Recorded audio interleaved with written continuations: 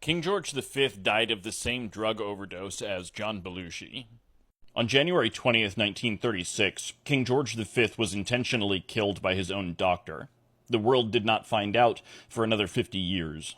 The king had suffered from chronic breathing problems for decades, and a recent infection appeared to finally be killing him. On January 15th, the king retired to his bed and was unable to leave as his condition deteriorated. His last words, spoken to his nurse as she administered a sedative before bed, were, "God damn you." Around 11 p.m., the king's personal physician, Lord Dawson, determined the king had entered a coma and was likely going to spend most of the following day dying.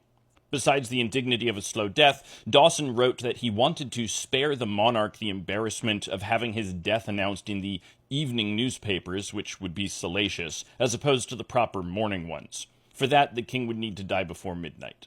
After issuing a bulletin that stated, "The king's life is peacefully moving towards its close," Dawson injected the king with 50 milligrams of morphine, followed by 65 milligrams of cocaine, declaring the king dead at 11:55 p.m.